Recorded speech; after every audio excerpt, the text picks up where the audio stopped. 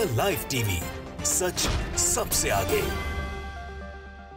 नमस्कार, मैं हूं रंजीत झा और आप देख रहे हैं द लाइव टीवी। कर्नाटक में भाजपा का हर पैतरा उल्टा पड़ रहा है। हर जगह उन्हें अब सिर्फ और सिर्फ हार ही दिखाई पड़ रही है। दरअसल कर्नाटक विधानसभा चुनाव बहुत ही जल्द होने वाले हैं, समय बहुत कम बचा हुआ है। ऐसे में एक और जहां भाजपा के तमाम उम्मीदवार विधायक, पूर्व विधायक बागी होते जा रहे हैं, तो दूसरी तरफ बीजेपी चाल पर चाल चल रही है, लेकिन हर चाल उल्टी पड़ती हुई दिखाई पड़ रही है। जो नई खबर सामने आई है उसके मुताबिक गुजराती कंपनी का कर्नाटक में एंट्री कराई जा रही थी।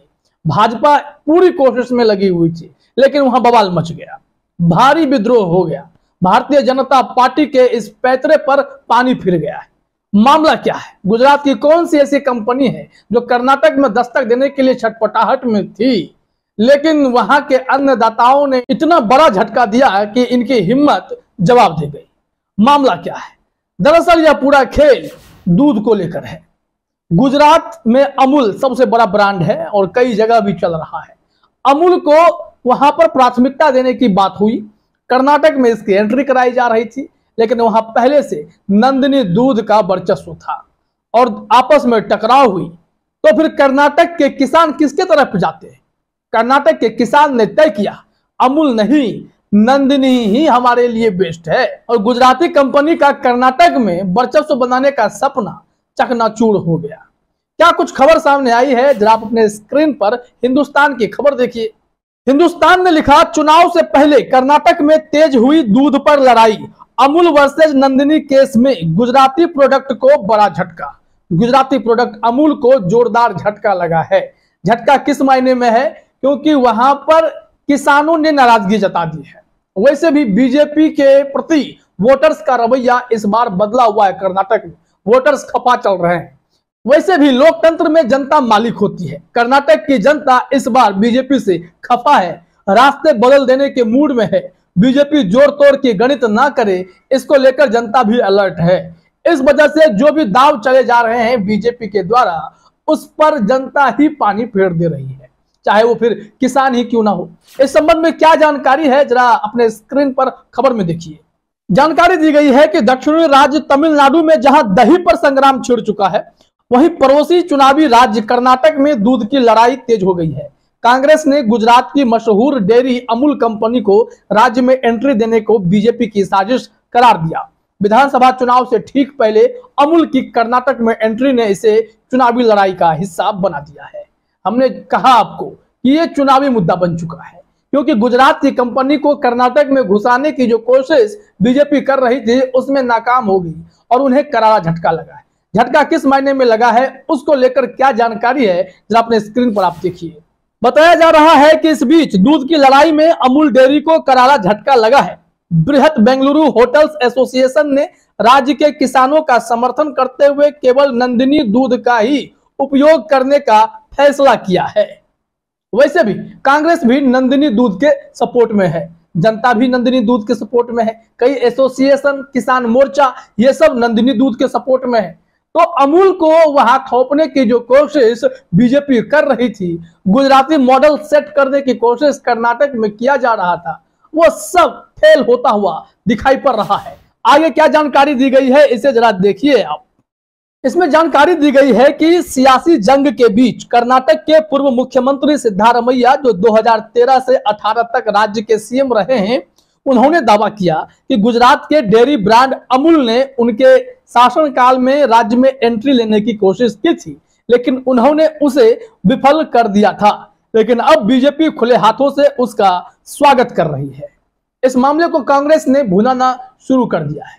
कांग्रेस ने आरोप लगाए हैं कि अमूल की एंट्री के बाद वहां के लोकल ब्रांड नंदिनी की जो छाप है उस पर असर पड़ेगा। नंदिनी ब्रांड को बंद कराने की एक बड़ी साजिश बीजेपी के द्वारा रची जा रही है और इस साजिश को कांग्रेस वाले सफल नहीं होने देंगे, उनके इस प्लान को विफल करके रहेंगे। क्योंकि हाल ही में अमित शाह गए थे कर्नाटक की रैली में, तो वहां उन्होंने चुनावी सभा में क्या कहा था कि नंदिनी के साथ साथ अमूल ब्रांड भी कर्नाटक में डेयरी को बढ़ावा देगा। गांव-गांव तक डेयरी की स्थापना की जाएगी, जहां डेयरी नहीं होगी वहां पर इन लोगों के द्वारा डेयरी खोले जाएंगे। वहीं नंदिनी ब्रांड ने इसका विरोध किया। इनके साथ साथ जो नंदिनी को दूध देते थे किसान, उन लोगों ने भी विरोध कर दिया। उसके बाद तो यह मामला सियासी हो गया। चुनाव के समय में नंदिनी वर्सेस अमूल की लड़ाई हुई, यानी गुजरात वर्सेस कर्नाटक की लड़ाई। गुजरात के ब्रांड को कर्नाटक में घुसाने की जो साजिश रची जा रही थी, वहां के लोकल्स ने ही इसे विफल कर दिया है। कई एसोसिएशन सामने आ गए हैं नंदिनी के बचाव में, क्योंकि उन्हें मानना है कि नंदिनी उनके लिए सबसे बेहतर ब्रांड है। चाहे अमूल आ जाए, सुधा चले जाए या कोई और भी ब्रांड जाए, लेकिन नंदिनी के आगे हम किसी को नहीं स्वीकारेंगे। यह कर्नाटक की जनता का भरोसा है। और ऐसे में अमूल के एंट्री के बाद वहां पर क्या स्थिति होती, हालांकि ये मार्केट है, बिजनेस करने का अधिकार सबको है, अमूल जहां चाहे वहां जा सकता है। ये डिपेंड करेगा कि जनता क्या तय करती है। लेकिन इसमें प्रशासनिक तंत्र या फिर शासन या राजनीति, ये सब की एंट्री हो जाए तो मामला थोड़ा बड़ा हो जाता है। क्या ये अमूल की ब्रांडिंग के लिए है या फिर सियासी चाल में अमूल को बलि का बकरा बनाया जा रहा है? कर्नाटक में एंट्री अगर नहीं होगी तो इसे यह माना जाएगा कि गुजरात में कांग्रेस की भी जीत हुई और वहां की जनता नंदिनी के लिए ढाल बनकर खड़ी हो गई है, उनकी भी जीत मानी जाएगी। तो अमित शाह ने जो भी बातें वहां जाकर कही हैं, सहकारिता विभाग भी वो देखने वाले लोग हैं, तो फिर उनकी जो बातें हुई है उससे तो यही लगता है कि कहीं ना कहीं बीजेपी को कर्नाटक में जोरदार झटका इस मोर्चे पर भी लगने जा रहा है। वैसे चुनावी सर्वे की बात करें तो कर्नाटक में बीजेपी के लिए कतई अच्छे संकेत नहीं है। चुनाव होने वाले हैं, इसके लिए अभी तक उम्मीदवारों के घोषणा का इंतजार ही किया जा रहा है। बीजेपी ने अभी तक लिस्ट फाइनल नहीं किया है, जबकि नॉमिनेशन की तारीख नजदीक आ रही है। 10 मई को चुनाव हो जाएंगे, 13 तारीख को नतीजे आ जाएंगे, तो फिर किस बात का इंतजार किया जा रहा है? बीजेपी इस असमंजस में पड़ गई है कि जिस हिसाब से उनके विधायक बागी हो रहे हैं, समय पूर्व उन्होंने अगर अपने उम्मीदवारों का ऐलान कर दिया तो कहीं ऐसा ना हो कि जो उम्मीदवार पहले से मन बनाए बैठे थे, उनका पत्ता अगर बीजेपी ने काट रखा हो तो वो सब बागी होकर इंडिपेंडेंट चुनाव लड़ने ना पहुंच जाए या फिर कांग्रेस के साथ ना चले जाएं, तो इनसे बीजेपी को झटका लगेगा, बीजेपी को वोट बैंक का नुकसान होगा। बीजेपी इसी बात से घबराई हुई है, डरी हुई है। उन्हें लगता है कि अब मेरा हर एजेंडा यहाँ पर फ्लॉप हो रहा है, तो कैसे इनसे बचने का रास्ता निकाला जाए। तो इन्होंने अमूल वाला भी सियासी प्रपंच रचा, लेकिन कर्नाटक की जनता ने और कर्नाटक में कांग्रेस की पॉलिटिक्स के आगे अमूल ब्रांड जो है वो पीछे छूटता हुआ दिखाई पड़ने लगा है। दूसरी तरफ अगर आप इसे और भी व्यापकता के आधार पर देखना चाहते हैं, बीजेपी क्या कर रही है। बीजेपी अनिल एंटनी को, यानी ए.के. एंटनी के बेटे को, जो कलाकार हैं अभिनेता सुदीप किच्चा को, इन सब को अपनी पार्टी में जोड़कर एक संदेश देने की कोशिश कर रहे हैं। लेकिन बड़े चेहरे से सिर्फ संदेश ही मिलेंगे।